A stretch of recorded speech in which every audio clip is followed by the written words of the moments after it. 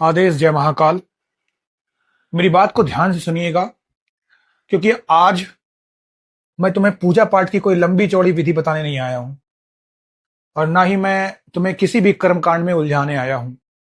देखिए, गुरु जब अपने शिष्य का हाथ पकड़ता है ना, तो वो उसे मंत्रों के रटने में नहीं, बल्कि ब्रह्मांड के संकेतों को समझना सिखाता है। तुम्हारे भीतर भी वही दिव्य चेतना और शक्ति सोई हुई है जो इस पूरे ब्रह्मांड को चला रही है।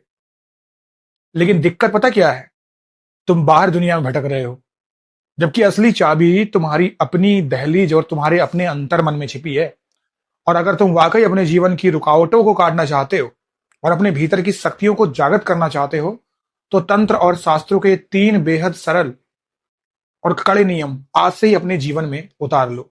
देखो, पहला नियम क्या है? अपने घर के संकेतों को पहचानना सीखो। जब तुम्हारे घर में अकारण कलेश होने लगे, दूध बार बार उबल कर गिरने लगे या पूजा का दिया बिना हवा के फड़फड़ाने लगे, तो तुम्हें डरना नहीं है। ये कोई भूत प्रेत नहीं है।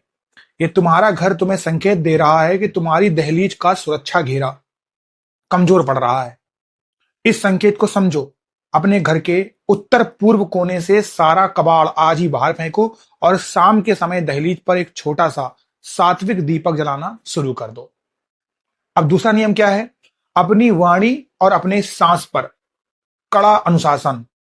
देखो, तुम दिन भर फालतू की बातें करके, दूसरों की निंदा करके अपनी पूरी प्राण ऊर्जा को नाली में बहा देते हो, और फिर कहते हो गुरुजी हमारी तो पूजा ही फलित नहीं होती।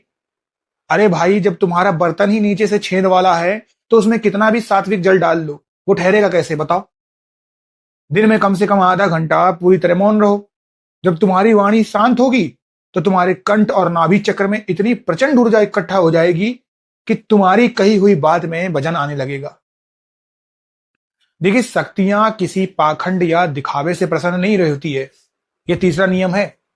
शक्तियां केवल शिष्य के भाव और उसके शुद्ध चरित्र पर प्रसन्न हो जाती हैं।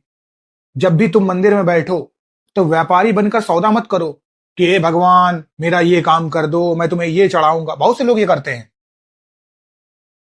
जिस भगवान को तुम्हें बताना पड़ जाए वो भगवान ही क्या, निष्काम भाव से बैठो। वो अंतर्यामी है, सब जानते हैं, उन्होंने ही तुमको बनाया है।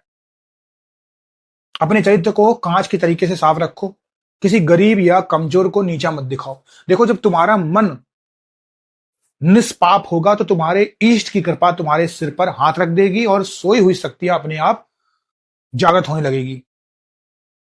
इन 3 नियमों को निभाते समय बस इतना याद रखना कि तुम्हारे आसपास का वायुमंडल बहुत साफ होना चाहिए, और इसके लिए तुम्हें हमेशा अपने घर में शुद्ध सामग्री जलानी चाहिए।